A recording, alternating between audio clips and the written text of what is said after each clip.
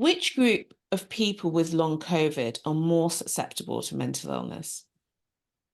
Yeah, there's been a lot of things looking at that too. And right now it's a pretty wide bucket. We're sort of like, here are all the things associated with long COVID. And we see things like a higher prevalence in female sex versus male.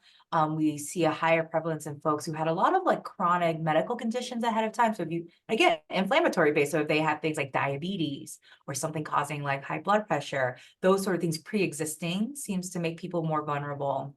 And then pre-existing mental illness too. If you already had a history of depression and anxiety and trauma, that seems to predispose as well. And so for me, I've definitely had folks all over the spectrum. I have folks with none of that who had long COVID, and I have folks with all of that.